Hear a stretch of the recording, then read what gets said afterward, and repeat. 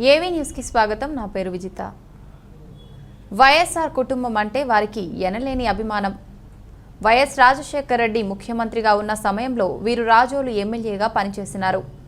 నాటి వైఎస్ఆర్ నుండి నేటి జగన్మోహన్ రెడ్డి వరకు కూడా ఆ కుటుంబం వెంటే ఉంటూ ఎంతో భరోసాను కల్పిస్తూ ఓ ప్రక్క వైఎస్ఆర్సీపీని అభివృద్ధి చేస్తూ మరోపక్క జగన్ ప్రభుత్వం అమలు చేస్తున్న అనేక సంక్షేమ కార్యక్రమాలను ప్రజలకు అందించడంలో వీరు క్రియాశీలక పాత్రను పోషిస్తున్నారు. వారే రాజోలు మాజీ ఎమ్మెల్యే మరియు ఉమ్మడి తూర్పుగోదావరి జిల్లా వైఎస్ఆర్సీపీ సీనియర్ నాయకులు అల్లూరి కృష్ణంరాజు. దేశ చరిత్రలో ఏ ముఖ్యమంత్రి ప్రవేశపెట్టనని సంక్షేమ కార్యక్రమంలో ప్రవేశపెట్టిన ఘనత సీఎం జగన్కే దక్కింది అని అభిప్రాయపడ్డారు. వాలంటరీ వ్యవస్థను తీసుకుని వచ్చి గడప వద్దకే పాలనను అందిస్తున్న నేతగా జగన్మోహన్ రెడ్డి పేరు పొందినారు. అమ్మఒడి, రైతు భరోసా, కాపు నేస్తం లాంటి ఎన్నో పథకాలను విజయవంతంగా అమలు పరుస్తున్న నాయకుడిగా జగన్ గుర్తింపు పొంది ఉన్నారని కృష్ణంరాజు తెలిపారు.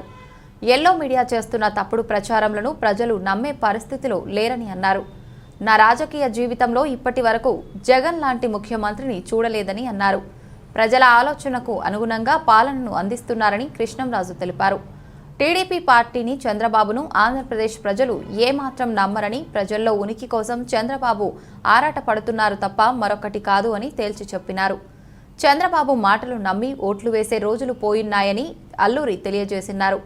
నారా లోకేష్కు రాజకీయంగా పెద్ద అవగాహన లేదు కృష్ణంరాజు అభిప్రాయపడ్డారు. ఏ రోజు ఏమి మాట్లాడతారో వారికే తెలియదని అన్నారు. మరో 20 సంవత్సరాల పాటు జగన్ ఆంధ్రప్రదేశ్కు ముఖ్యమంత్రిగా ఉంటారని కృష్ణంరాజు విశ్వాసం వ్యక్తం చేశారు. మొన్న జరిగిన రాష్ట్రపతి ఎన్నికల్లో జగన్ చక్రం తిప్పిన్నారు. రాబో రోజుల్లో ప్రధానమంత్రిని నియమించటంలో కూడా జగన్ క్రియాశీలక పాత్ర పోషిస్తాడని అన్నారు. దేశ స్థాయిలో జగన్ తిరుగులేని నేతగా ఆవిర్భవిస్తారని అన్నారు. జగన్ పాలన రామరాజ్యంను తలపిస్తుందని అల్లూరి తెలిపారు.